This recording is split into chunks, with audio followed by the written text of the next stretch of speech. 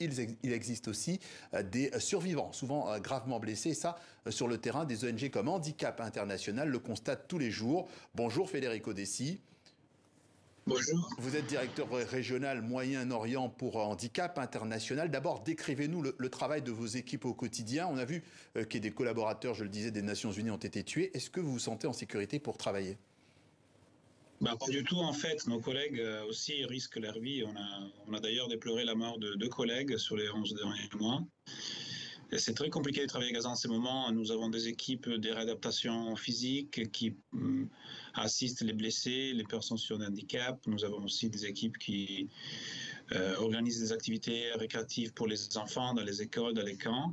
Mais à chaque fois, ils risquent leur vie et on est souvent obligé de suspendre les activités à cause des bombardements et à cause du risque pour nos équipes. Donc vous protégez. Face à des gens qui deviennent infirmes, est-ce que vous disposez du matériel nécessaire pour répondre aux besoins ? Pas dans les quantités nécessaires. On a réussi 3 fois à Annoncebois à envoyer des camions avec des béquilles, des chaises roulantes, des kits de premiers secours depuis l'Égypte, mais c'est très compliqué, ça prend des semaines. Et puis depuis l'offensive sur Rafah au mois de mai, toute la réponse humanitaire a été déstructurée et on n'a plus réussi à envoyer des entrants humanitaires. On essaye à nouveau. En ce moment, on est en train de préparer à nouveau un convoi. C'est très compliqué, il y a beaucoup de restrictions de la part des autorités israéliennes. Et puis, les bombardements et l'insécurité créent aussi des conditions très difficiles pour la distribution de ces matériaux à Gaza. De quoi avez-vous besoin en priorité ? Un cessez-le-feu, c'est la première chose. Nous et les Gazaouis, on doit avoir la sécurité pour pouvoir travailler tranquillement, pouvoir envoyer plus d'aide et plus de travailleurs militaires internationaux en renfort aux collègues palestiniens. On a aussi besoin que les pays occidentaux suspendent la livraison d'armes à Israël et mènent cette crise vers une fin. Les Palestiniens ont besoin de ressouffler, de reconstruire leur vie.